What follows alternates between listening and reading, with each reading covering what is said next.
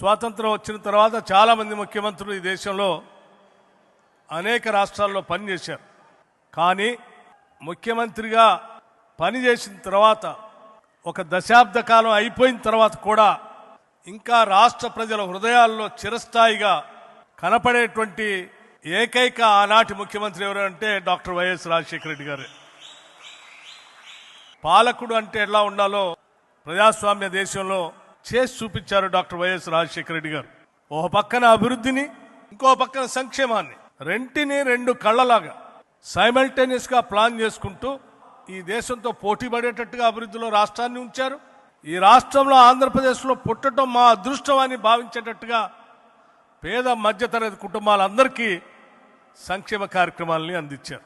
ఏ ఒక్క పేదవాళ్ళు కూడా అనారోగ్యానికి గురైతే నేను వైద్యం చేపించుకోలేకపోతా ఉన్నాను, చేపిద్దామంటే డబ్బులు లేవు, నా కళ్ళ ముందే చనిపోతున్నాడు అని బాధపడేటువంటి వాళ్ళు తరతరాలుగా ఉన్నటువంటి ఈ రాష్ట్రంలో ఇక మీరు బాధపడాల్సిన అవసరం లేదు, నేనున్నాను అని చెప్పి రాజీవ్ ఆరోగ్యశ్రీ కార్యక్రమాన్ని తీసుకొచ్చి ఈరోజు రాష్ట్రంలోనే కాదు దేశంలో కూడా అన్ని ప్రభుత్వాలు ఆ రకంగా నడిచేటట్టుగా చేసిన గొప్ప నాయకుడు డాక్టర్ వైఎస్ రాజశేఖర రెడ్డి గారు.